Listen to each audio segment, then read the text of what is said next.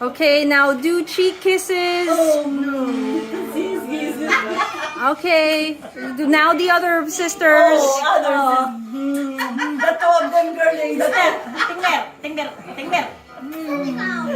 Okay, Mommy and Nina and Grace, you hold hands, and the middle hold hands. That's Mommy. As if that we are already a prison. What did you say?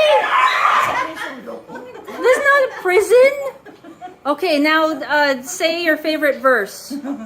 The Lord is our shepherd. I shall not want. He maketh me to lie down in green pastures. He leadeth me beside the still waters. He restoreth my soul.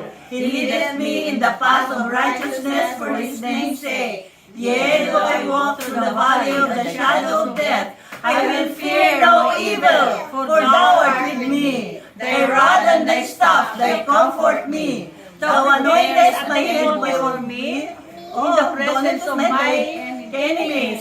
Surely goodness and mercy shall follow all the days of my life, and I shall dwell in the house of the Lord forever. Amen. Okay, you're out of my prison. We're done. Thank you. Love you. Love you. Thank you.